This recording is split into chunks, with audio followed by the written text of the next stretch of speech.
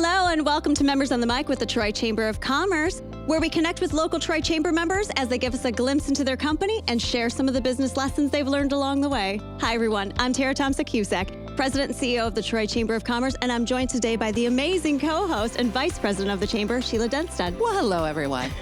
Firstly, I'd like to take a moment to thank our presenting sponsor, Trion Solutions. Stay tuned for our very first commercial break where you can learn how you can rely on Trion. Sheila, we have a great show ahead of us today. Why don't you tell us a little bit about the guest we're going to be meeting with? Well, I'd absolutely love to. Today we're meeting with Lynn Drake, founder of Compass Commercial. Lynn is well known in the industry as a commercial real estate broker focused on maintaining true north for her corporate clients. It's a reputation built on 30 years of commercial real estate experience because Lynn started when she was 15. Lynn is the founder of Compass Commercial. They help business owners and nonprofits lease, renew, and purchase office and industrial workspace in Detroit metro area. Lynn became a commercial realtor in 2001 after 15 years in the corporate real estate world, during which she initially managed and leased industrial real estate across North America for Central Transport. Then she directed real estate and facilities for 1,000 Kelly Service branches in the United States and Canada. Wow. Amazing. Lynn has successfully completed over 1,500 real estate transactions ranging from small business tenant leases to the sale and purchase of complex industrial spaces. She is the author of 2 books, Do You Speak Lease and Do You Speak Purchase? Lynn, welcome. Thank you. It's great to be here. We're excited to have you. So Lynn, to get things started, commercial real estate. How did you choose this path? How did you get this way? How did you get this way? It's kind of an odd choice, isn't it? Well, kinda. So you got to go back. I actually was a bookkeeper in high school, and I thought that I would like to be an accountant. Oh, yeah, no. So I worked for a great company. It was called Thyssen Steel, and I managed their inventory of steel. It was very exciting. I had spreadsheets this big. Exciting. And by hand, I wrote every single piece of steel that was cut in inventory. And after about 6 months, I thought I was going to lose my mind. Spreadsheets, fun. By hand. Yeah. No. And my parents were real estate investors, so I had an interest in that. I had attempted residential. In 90 days, I sold 3 or 4 houses. 3 or 4 houses. And that was a successful start, but I didn't like working 7 days a week. Yeah. Nor was I mature enough, because I was 22, to handle the emotional baggage that goes with that job. I mean, I was just way too young to handle that. So I decided I didn't want to do residential, but what could I do? I had no idea what commercial real estate was. I decided I would take 90 days. I would either go back out and find a job in commercial real estate, really not knowing what that was. Mm-hmm. Or I was going to go to university. They had a master's degree in real estate. Oh, make sure you're speaking into the mic. Sorry, I'm losing you a little bit. Or I decided, or I could go back to school and get a master's in real estate. I love that my undergraduate's in accounting because I do a lot of financial analysis. But anyway, so that is how I got into commercial real estate.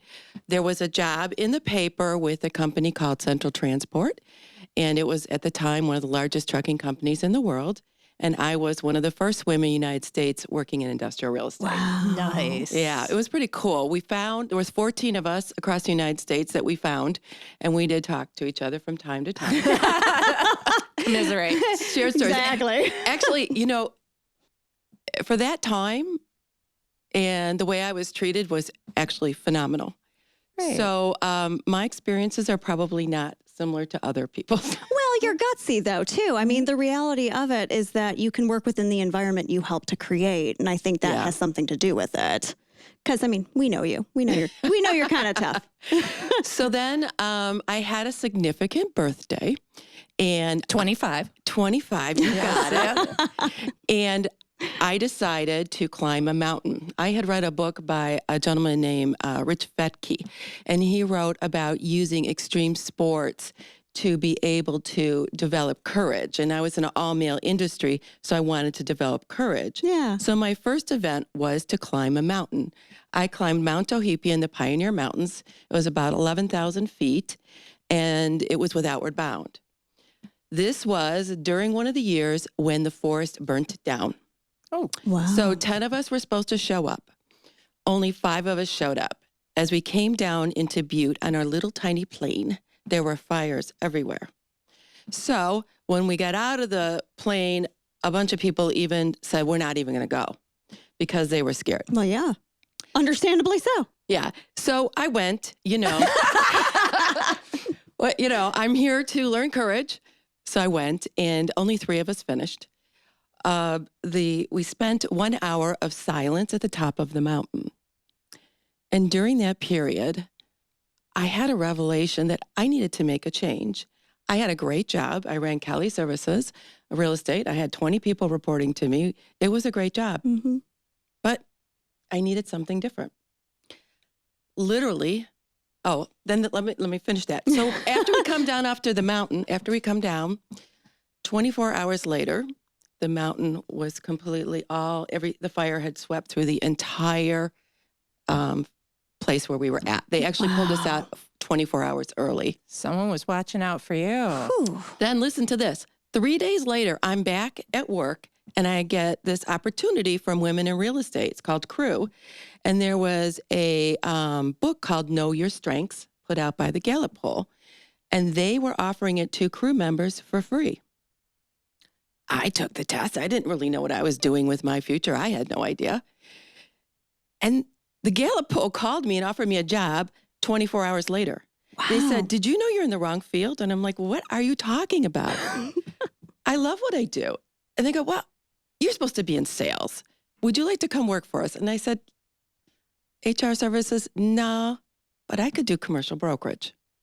So I left my great paying job and went to a commission-only job and became a commercial agent. I would have to say one thing. I don't think I've ever heard how did you get into your career path starting with, I was on a flame-filled mountain. Yeah. So I think this one's new to me. So, but it sounds like you've made the right decisions on that. Yeah, I love what I do. I love helping people.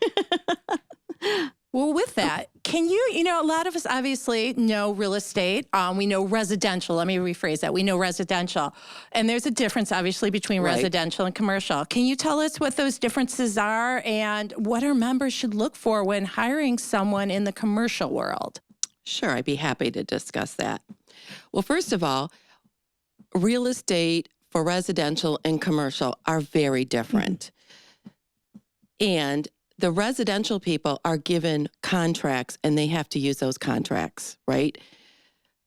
Where commercial, we could never use those contracts. And when residential agents try to use their contracts in our business, it's not a good idea.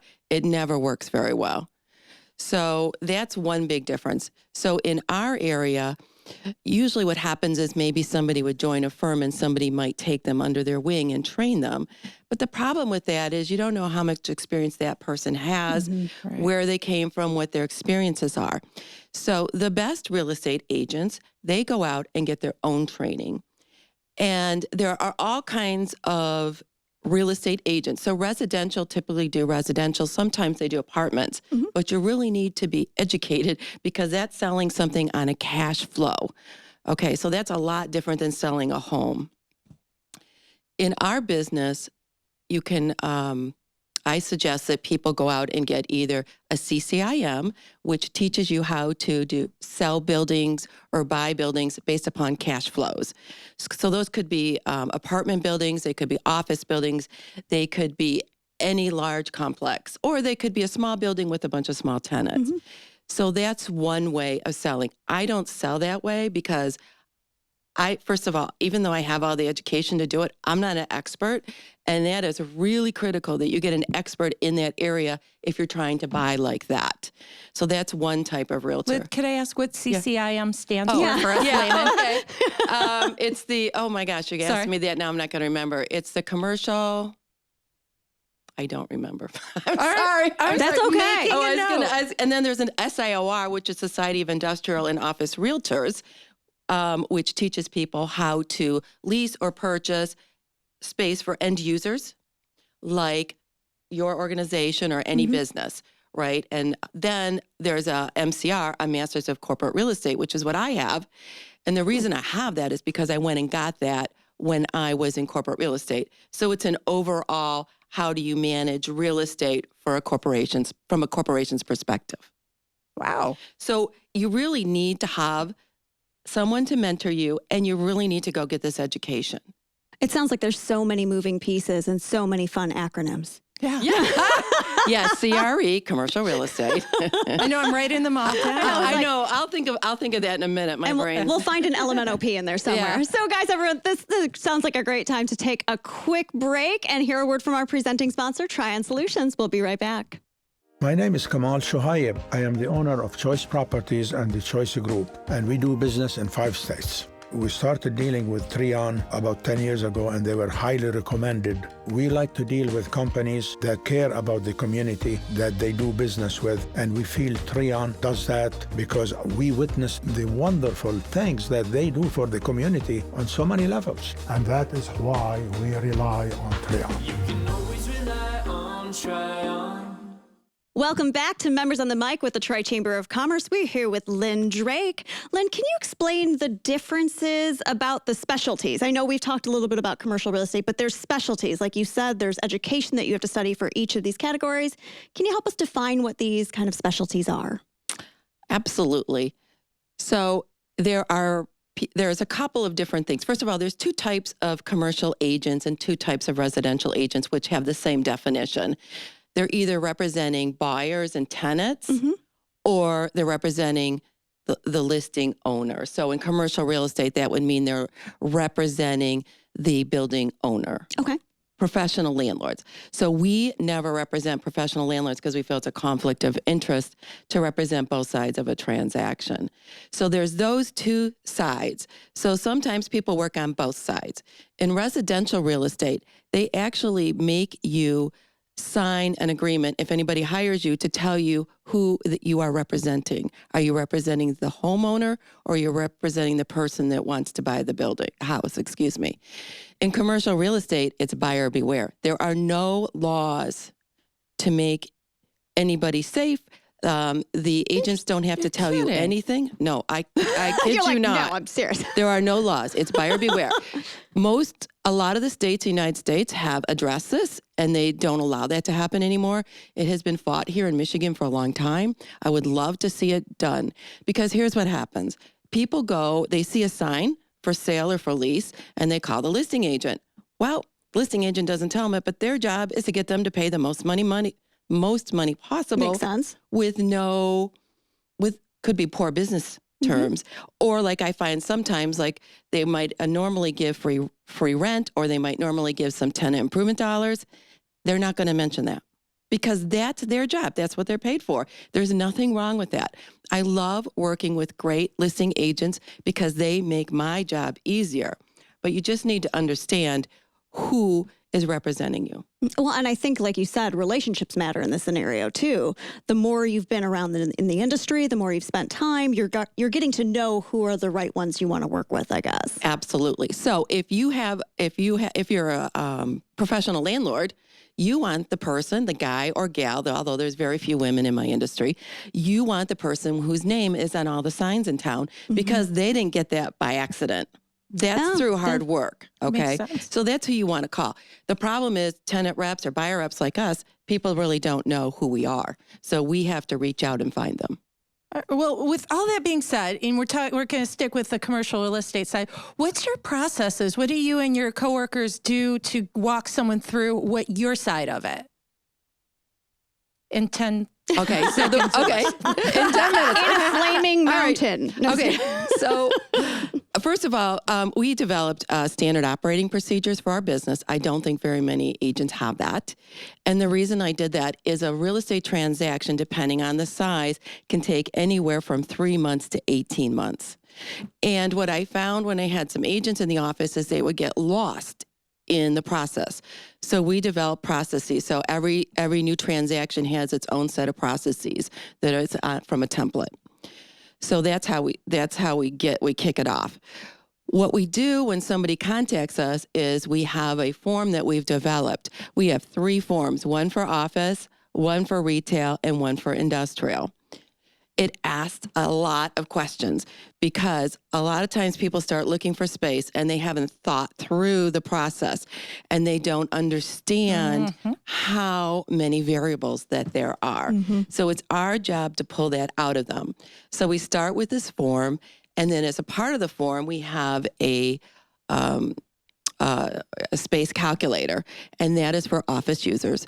And the reason we developed that is because people think they know, they'll just take, well, I need 3 rooms and they're this size and this is how many square feet I need. It'll be 6 feet by 3 feet. And you're Yes. like, no desk fits in that. No desk fit, right. Or we want to put office on top of office. Yes, layer them. We'll layer a 2-story. Right. And our program actually looks at, it's got pictures of each room, but then it calculates how much is for hallways. It automatically calculates that because that's something people would forget.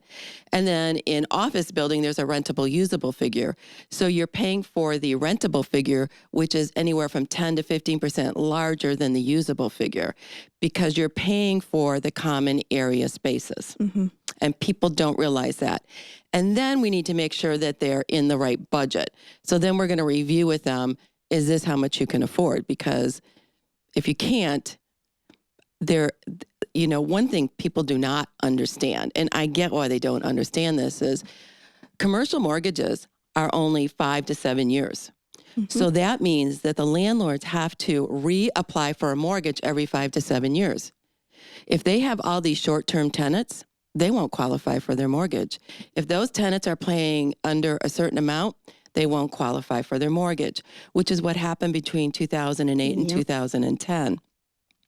So people have to understand, even if that building has been sitting there vacant for 1 year, it doesn't matter because the banks are not going to allow that.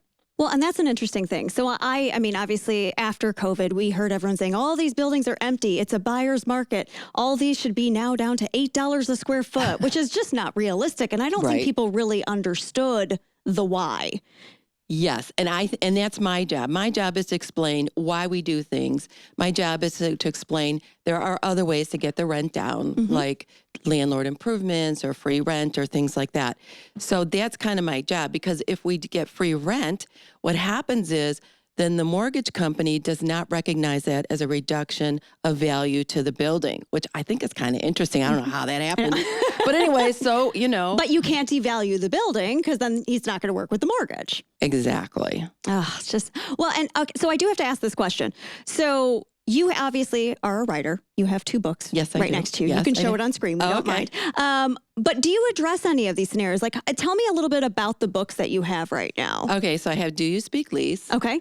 And Do You Speak Purchase? My answer is I don't speak either. So Right. tell us about them. So here's why I wrote them. First of all, I can't help everybody. It's impossible, right? I have to tell you, when I first wrote these books, some people in my industry were not pleased with me because this is my process. And it shows, like, for the leases, it shows how to lease an office, an industrial, and a retail facility, how to prepare RFPs, how to calculate rents, and what to ask for, and how to ask for things. So anyways, People don't want all those secrets out there. they don't want the secrets out. Sorry, but why is it a secret? Exactly. It shouldn't be a secret. And then the other book, Do You Speak Purchase, I wrote that as a follow-up to the Do You Speak Lease so I could help people as well. But what I found once I started writing it, it didn't take me, I don't even think, 50 pages to write my part of it. Because purchasing a commercial building is actually a big team, and people don't realize that. So your first team member should probably be the bank or a credit union or whoever's going to finance the building. Because there's no reason to go out and look at a building and then put a purchase agreement together and do inspections that cost a lot of money and then find out that you're not going to get the mortgage. Wee! Yeah. We don't have anything to do with our time. Let's just do this. So what I did was I went and interviewed all the people involved in the process of purchasing a property. I had 15 interviews. Wow. So we took those interviews, and a lot of them are on the back of my website with, like, why do you need a phase 1? What is a phase 1? What is title insurance? So those are all for free on the back of my website at compass-commercial.com. And then we took those interviews and then we put them in writing and then we published them because it's not, I'm just kind of like helping to drive the bus. Right. And the big part for me is finding the value of that building. So give you some examples. A lot of times, if it's if the professional landlord, the buildings are generally priced correctly because they understand commercial real estate. However, there are a lot of business We're owners. waiting for the however. There are a lot of business owners. It's their property. They love it. It's worth so much. Yeah. You know, there's a listing a client of mine has been trying to buy. They have it listed for about $500,000 more than it's worth. I said, we don't even want to make an offer because it's going to look like a lowball offer and it won't be a lowball offer. So those are the things people don't realize. They're too close to their property to set it. But when I'm helping a client make that decision, I'm looking at how much of the mortgage did the person that owns it has on it, because you don't want to make an offer that they have to bring money to the deal. Right. I look at how the city has appraised the value of the property. Now, you can't always count on that because there's a 3% cap on annual increases in the state of Michigan, but it gives you some ideas. Then we go out and we look at similar buildings that have sold. And where I see people who don't understand commercial real estate inside and out, not realize buildings sold with cash flows, i.e. tenants, they're selling for significantly more money than a vacant building.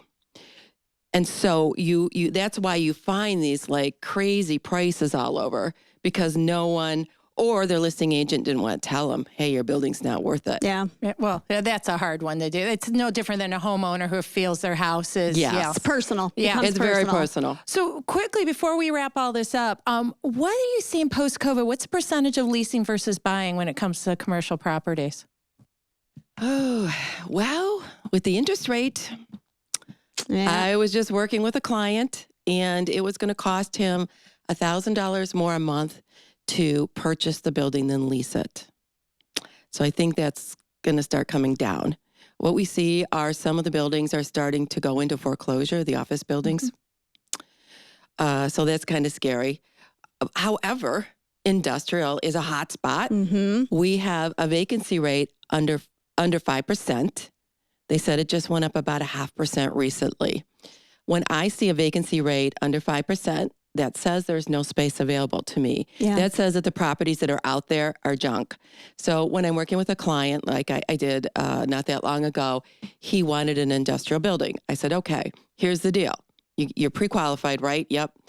You need to tour with me 24 hours or 48 hours after the building comes on the market, and we need to make an offer immediately. Wow. Yeah. He did. We got it. By the time he closed, the building had gone up by $20 a square foot in value. Wow. That's So it's okay to buy industrial, right? You probably Yeah. can get away with the extra interest. And the other thing, although we don't see this in Troy, the vacancy rate for retail in Troy is pretty high right now. But for the Oakland County, it's also under 5%. really So that's really, it's kind of, it's really interesting. They're very different dynamics. Yeah, I would say so. But, you know, when people get afraid of the economy, people tend to not move. So what's moving right now is we see larger tenants moving to smaller spaces in Class A buildings because they want their people to want to come to the office. Then we're seeing the smaller tenants shuffling. So I know there was one guy I'm working with, his building we believe is going into bankruptcy because they stopped paying the utilities on the building. So, you know, so there's all kinds of things going on right now. So what you're saying is when you're scared to move, climb a flame-filled mountain instead. Yeah. Well, that's all we have today, guys, for members on the mic with the Tri Chamber of Commerce. I wanted to thank, and obviously Sheila would love to thank, Lynn Drake for Thank joining you. us today. Yes. This is extremely informative. Yes. I took notes. I know she did did, take actually. notes. Thank you. Well, I appreciate you inviting me. Absolutely. And again, we'd like to thank our presenting sponsor, Trion Solutions. Thanks, everyone, and have a great rest of your day. See you soon.